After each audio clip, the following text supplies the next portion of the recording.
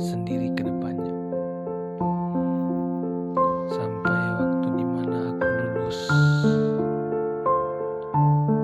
dari bangku perkuliahan, dikarenakan aku mencari pekerjaan dan aku diterima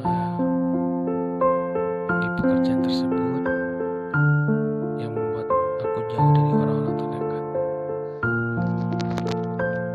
Ya, jauh dari mereka merasa aku terganggu.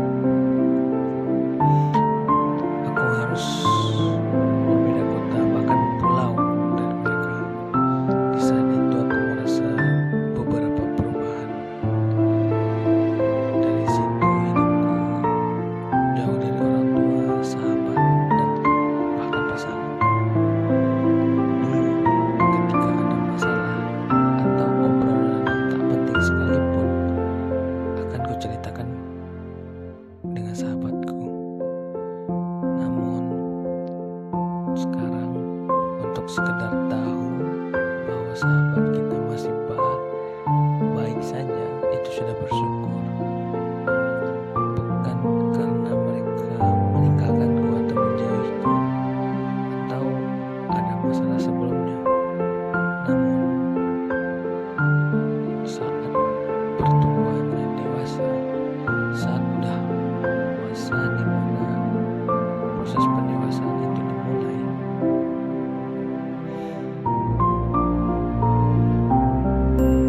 kita akan mengalami masa-masa yang bisa dikatakan memiliki kesibukan masing-masing.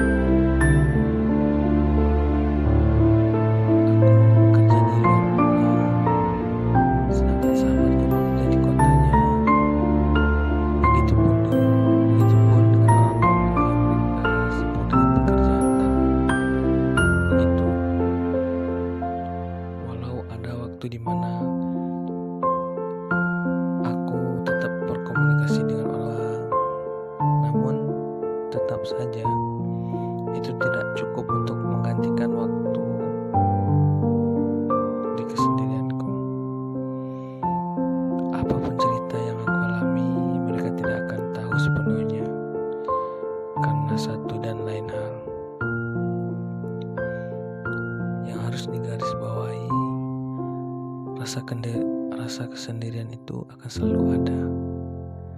Makanya aku respect terhadap orang-orang yang merantau jauh dari kampung halaman dan mereka siap dan bertahan di fase kesendirian.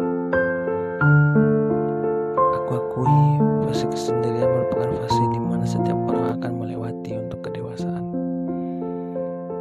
Karena fase tersebut fase seleksi alam yang diberikan Tuhan untuk setiap manusia mengerti bahwa semua yang di dunia ini hanya titipan dan semua di dunia ini ada waktunya.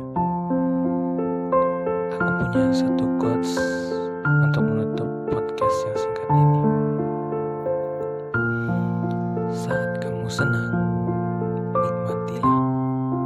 Saat kamu sedih, rasakanlah dan ambil pelajarannya. Ingat,